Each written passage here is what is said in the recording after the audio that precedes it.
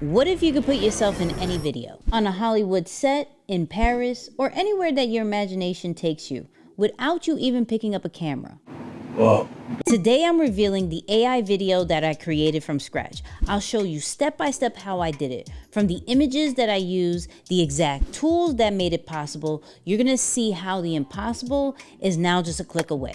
And at the end, you'll decide which AI video generator is truly the best. Ready to see the future of video creation? Let's get started. So first we have to make the images. To make a detailed AI video, you wanna break it down into a storyboard, at least scene by scene. So it all started with this AI image that I made that I felt like it needed its own story. And it was actually created with this reference picture of myself, and I used Nano Banana, but I used it inside of Higgsfield. So I'm gonna take the original image that inspired me, the AI image, and I'm going to put it into Higgsfield using Nano Banana and use its unlimited feature, because now we're going to build up the different images. So to create this image right here where I have the robot looking down at me, I literally just said create an image where the robot head turns into a full-blown robot and is looking down at me and I'm looking up at it.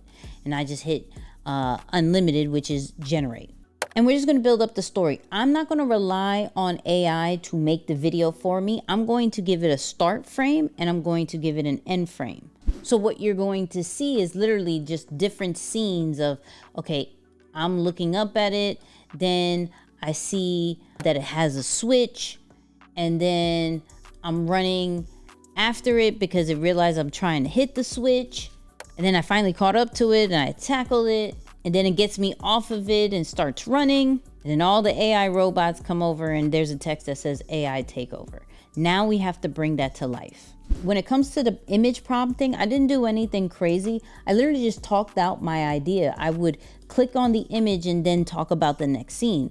Okay, have me tackle the robot and me on top of the robot and it looked defeated. Like I literally just said that. So now that we have our images, let's create the video. So because of the platform that we're on, which is Higgsfield, we're able to try multiple AI video generators at the same time. So for this video, we're gonna be trying VO 3.1 and Kling 2.5 Turbo. Now, when it comes to great prompting with AI videos, it comes down to 7 techniques. The first technique is cinematography. I'm talking about medium shot, wide shot. What type of shot is this going to be? Then you want to talk about your subject. I'm talking about the person you're talking about or the item that you're talking about and getting as detailed as you can. Then we got to talk about the action and the context. What is happening in the video and as detailed as you can about the environment. Then we got to talk about the style, the ambiance, the audio, if there's going to be sound effects, and then any type of text that you want to have on your video. Don't worry, I'm going to give you the whole prompting structure technique in the description. I got you. Bonus tip, take those techniques that I just told you and put in your favorite AI and say, hey, take these techniques and help me create the perfect prompting structure. So all I have to do is give you the idea and the picture and you'll create the prompt that I need to put into my AI video generator. Okay, so remember we wanted to start with frames, right? I have my start frame, me holding the AI head, and then the end frame of this particular video is me looking up at the AI robot. I have my prompt that we just discussed about. I picked the model, Google VO 3.1. I picked the quality. We're gonna make this horizontal for the sake of the YouTube video. And then we're going to hit generate. And remember, I said we're gonna try 2 models. So all we're going to be doing is changing the model to now Kling 2.5 Turbo. It still does a start and end frame, and then I'll make sure that it's either 5 seconds or 10 seconds, your preference, and then hit generate. I'm going to repeat this process with each of the images, AKA scenes, right? And so sometimes I actually had to do it over and over. So for example, when it came to the switch on the robot, I had to do that over. This was the original one.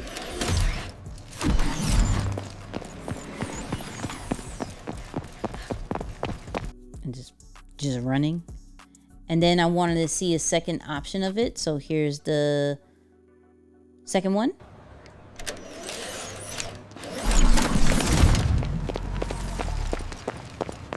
That was actually worse. I didn't like that one. No, I didn't like that one. Never be afraid of regenerating if you do not like it. Now, granted, this is a credit system, but it doesn't take that much credit. So I would say probably do 2 to 3 different renders if you are not happy with it. You know what I mean? So boom, I got everything tried out. Once again, the models that we're using is Kling and VO 3.1. Now let's look at the final result. This is where I need your help in the voting. Which one is the best one? So I'm going to show you VO 3.1 first.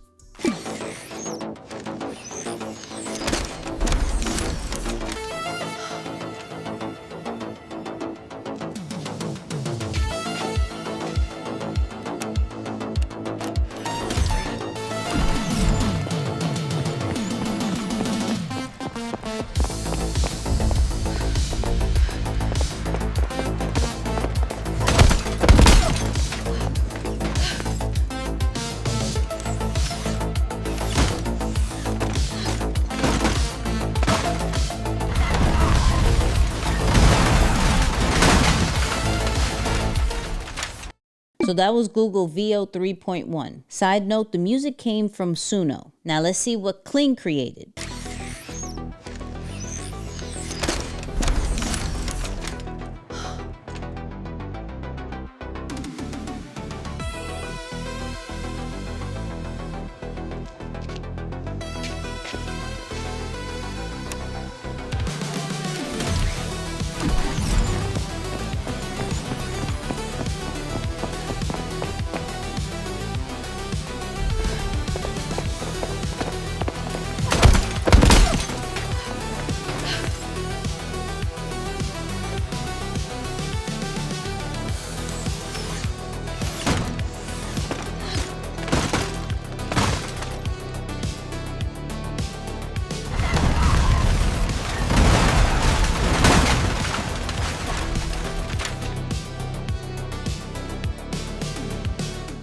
All right, so who won that battle? The first one, which was VEO 3.1, or was it Kling that won that one?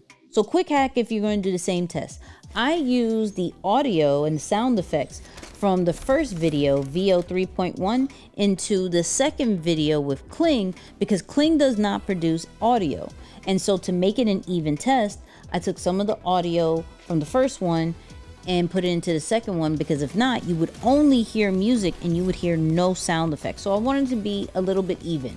But you let me know who won. The biggest thing and the biggest lesson that I wanted to do from this video was how do you create character consistency? And this is why we did do the start and end frame, because I didn't want AI to kind of figure it out on its own and then change the different characters into different colors, into different scenes.